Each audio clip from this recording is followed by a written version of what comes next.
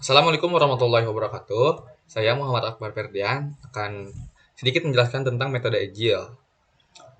Di sini yang pertama ada rekan-rekan saya yang bernama M. Parisan Amanuddin, Dia Puja Wahda, dan yang terakhir saya sendiri. Langsung saja. Nah, di sini ada sejarah metode Agile. Pada tahun 1970, Dr. Winston Royce mempresentasikan makalah berjudul Mengelola Pengembangan Perangkat Lunak Sistem Besar yang mengkritik pembangunan berurutan. The Agile Manifesto diperkenalkan istilah pada tahun 2001. Sejak itu, Agile Movement dengan segala nilai-nilai prinsip, metode, praktek, alat-alat juara dan praktisi di filosofi dan budaya secara signifikan mengubah landscape modern rekayasa perangkat dan perangkat lunak komersial pembangunan di era internet. Pada bulan Februari 2001, 17 pengembang perangkat lunak bertemu di Snowbird Utah Resort mendiskusikan tentang metode pengembangan ringan. Mereka menerbitkan manifesto untuk Agile Software Development. Lanjut, di sini ada sedikit pengertian dari metode Agile. Agile Development Method adalah sekelompok metodologi pengembangan perangkat lunak yang didasarkan pada prinsip-prinsip yang sama atau pengembangan sistem jangka pendek yang memerlukan adaptasi cepat dari pengembang terhadap perubahan dalam bentuk apapun.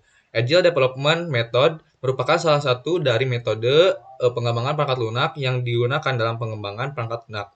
Agile memiliki pengertian bersifat cepat, ringan, bebas bergerak, dan waspada. Sehingga saat membuat perangkat lunak dengan menggunakan Agile Development Method, diperlukan inovasi dan responsibility yang baik antara tim pengembang dan klien agar kualitas dari perangkat lunak yang dihasilkan bagus dan kelincahan dari tim seimbang.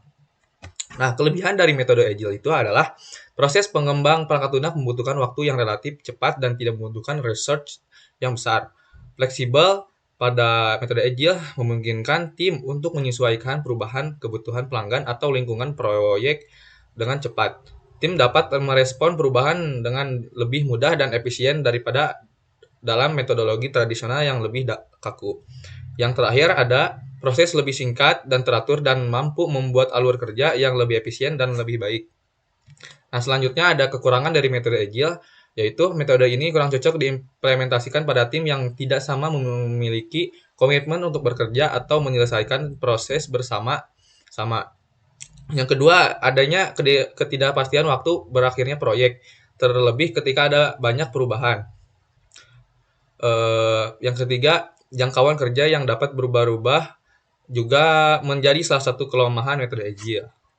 Selanjutnya, di sini ada sedikit proses dari metode Agile atau beberapa proses dari metode Agile, yaitu ada Extreme Programming atau XP, yang kedua ada Adaptive Software Development atau ASD, dan yang ketiga ada Dynamic System Development Method atau DSDM, yang terakhir adalah Scrum.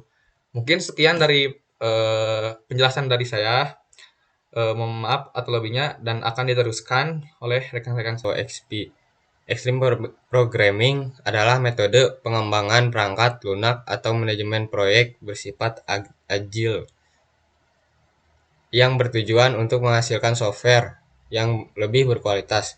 XP memiliki siklus pengembangan pendek sehingga sangat responsif terhadap perubahan keinginan user yang berganti.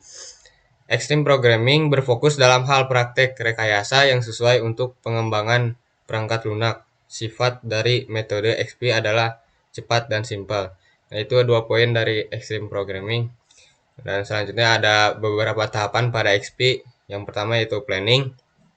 Tahap pertama adalah pertemuan antara klien dengan tim developer pengguna presentasi gambaran hasil yang diinginkan oleh klien. Yang kedua ada designing. Tahap designing sebenarnya merupakan bagian dari proses planning, tapi dapat dipisahkan untuk mengoptimalkan kedua proses ini. Hal ini terkait dengan salah satu nilai utama XP, yaitu kesederhanaan. Desain yang baik membawa logika dan struktur ke dalam sistem sehingga dapat menghindari kompleksitas dan redundansi yang tidak diperlukan. Coding. Yang ketiga, tahapan ini merupakan fase di mana kode dibuat dengan menerapkan praktik-praktik ekstrim programming tertentu seperti standar pengkodean, programming berpasangan, integrasi berkelanjutan, dan kepemilikan kode kolektif. Yang keempat ada testing. Fast testing adalah aktivitas rutin yang melibatkan pengujian unit atau pengujian otomatis untuk menentukan apakah fitur yang berkembang berfungsi dengan baik, dan pengujian penerimaan atau pengujian pelanggan untuk memverifikasi bahwa keseluruhan sistem dibuat sesuai dengan persyaratan awal. Yang terakhir ada listening. Komunikasi antara pelanggan dan manajer proyek dilakukan untuk menjelaskan logika bisnis dan nilai yang diharapkan. Selanjutnya ada Adaptive Software Development atau ASD. Adaptive Software Development adalah sebuah metode rekayasa pengembangan perangkat lunak yang ditargetkan untuk tim pengembang developer, di mana tingkat kompetensi bisnis menciptakan tekanan ekstrim pada tim pengembang untuk mempersipkan proses pengiriman delivery produk. Ini ada beberapa tahapan pada ASD. Itu speculation adalah aktivitas adaptive cycle planning, yaitu menggunakan informasi awal seperti misi dari klien, batasan proyek, dan kebutuhan dasar untuk definisikan rangkaian software increment atau produk software yang secara berkala diserahkan. Selanjutnya ada collaboration. Aktivitas orang-orang yang bermotivasi tinggi bekerja sama, saling melengkapi, rela membantu, kerja keras, tampil di bidangnya, dan komunikasikan masalah untuk hasilkan penyelesaian yang efektif. Selanjutnya ada learning. Aktivitas tim pembangun sering merasa sudah tahu semua hal tentang proyek. Proses pembelajaran proyek ini bisa dilakukan 3 cara, yaitu sebagai berikut. Yang pertama, focus group adalah klien dan pengguna memberi masukan terhadap software. Yang kedua, formal technique reviews adalah tim ASD lengkap melakukan review. Yang terakhir, postmortems adalah tim ASD dilakukan introspeksi pada kinerja dan proses. Nah, selanjutnya ada Dynamic System Development Method atau singkat DSDM. DSDM ini adalah suatu kerangka dalam pengembangan proyek perangkat lunak. Pendekat yang digunakan adalah pendekat iteratif dan incremental yang mencakup prinsip-prinsip pembangunan Agile, termasuk keterlibatan pengguna atau pelanggan secara terus-menerus.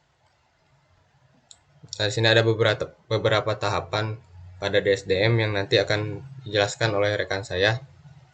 Mungkin sekian dari pemaparan yang bisa saya sampaikan. Akan melanjutkan presentasi dari yang telah teman saya sampaikan. Ada beberapa tahapan pada DSDM sebelum proyek, di mana kandidat proyek diidentifikasi dulu, pembiayaan proyek terpenuhi, dan jaminan proyek dipastikan. Penanganannya, hal-hal tersebut pada tahap ini menghindari masalah pada tahap-tahap berikutnya. Terus ada juga siklus proyek. Siklus proyek merupakan inti dari DSDM yang terdiri dari 5 sub, yaitu I, studi kelayakan, II, studi bisnis, I3, perulangan model fungsional, I4, perulangan perancangan dan pembuatan, P atau 5, penerapan. Setelah proyek, yaitu memastikan sistem berjalan secara efektif dan efisien. Hal ini diwujudkan dengan perawatan, peningkatan, dan perbaikan sesuai prinsip DSDM. Perawatan dapat dilihat sebagai usaha meneruskan pengembangan berdasarkan sifat alami DSDM, yaitu perulangan dan pertambahan. Ada 8 prinsip yang mendasari DSDM. 1. Fokus pada kebutuhan bisnis. 2. Memberikan tepat waktu. 3. Berkolaborasi. 4. Jangan kompromi soal kualitas. 5. Membangun secara bertahap. 6. Mengembangkan iterasi. 7. Berkomunikasi terus-menerus dan jelas. 8. Menunjukkan kontrol. Ada pula Scrum. Scrum adalah kerangka kerja manajemen yang digunakan tim untuk melakukan pengaturan secara mandiri dan bekerja menuju tujuan bersama. Scrum menjelaskan serangkaian pertemuan, alat, dan peran untuk pelaksanaan proyek ini secara efisien. Secara seperti ini, tim olahraga yang berlatih untuk pertandingan besar, praktik Scrum memungkinkan tim untuk melakukan pengolahan secara mandiri, belajar dari pengalaman, dan beradaptasi dengan perubahan. Ada beberapa tahap pada Scrum. Pertama ada backlog refinement. Backlog ini merupakan daftar kebutuhan yang jadi prioritas klien, daftar rapat. Kedua ada sprint planning. Unit pekerjaan yang diperlukan untuk memenuhi kebutuhan yang tetap dalam backlog sesuai dengan waktu yang ditetapkan dalam time box, biasanya 30 hari atau sebulan. Selama proses ini berlangsung, backlog tidak ada penambahan. Ketiga ada daily meeting. Daily meeting ini pertemuan 15 menit per hari untuk evaluasi apa yang dikerjakan, hambatan apa yang ada, dan target penyelesaian untuk bahan meeting selanjutnya. Keempat ada review. Penyerahan software increment ke klien, demonstrasikan dan dievaluasi oleh klien. Ada beberapa kelemahan dan kekurangan pada Scrum. Untuk kelebihan Scrum antara lain keperluan berubah dengan cepat, kedua tim berukuran kecil sehingga melancarkan komunikasi, mengurangi biaya dan memperdayakan satu sama lain. Ketiga ada pekerjaan terbagi-bagi sehingga dapat diselesaikan dengan cepat. Keempat, dokumentasi dan pengujian terus-menerus dilakukan secara software dibangun. 5. Proses Scrum mampu menyatakan bahwa produk selesai kapanpun yang diperlukan. Dan ada kelemahan Scrum antara lain cuma satu, yaitu developer harus selalu siap dengan perubahan karena perubahan akan selalu diterima. Mungkin cukup sekian dari saya dan teman-teman saya. Terima kasih. Saya pamit undur diri. Wassalamualaikum warahmatullahi wabarakatuh.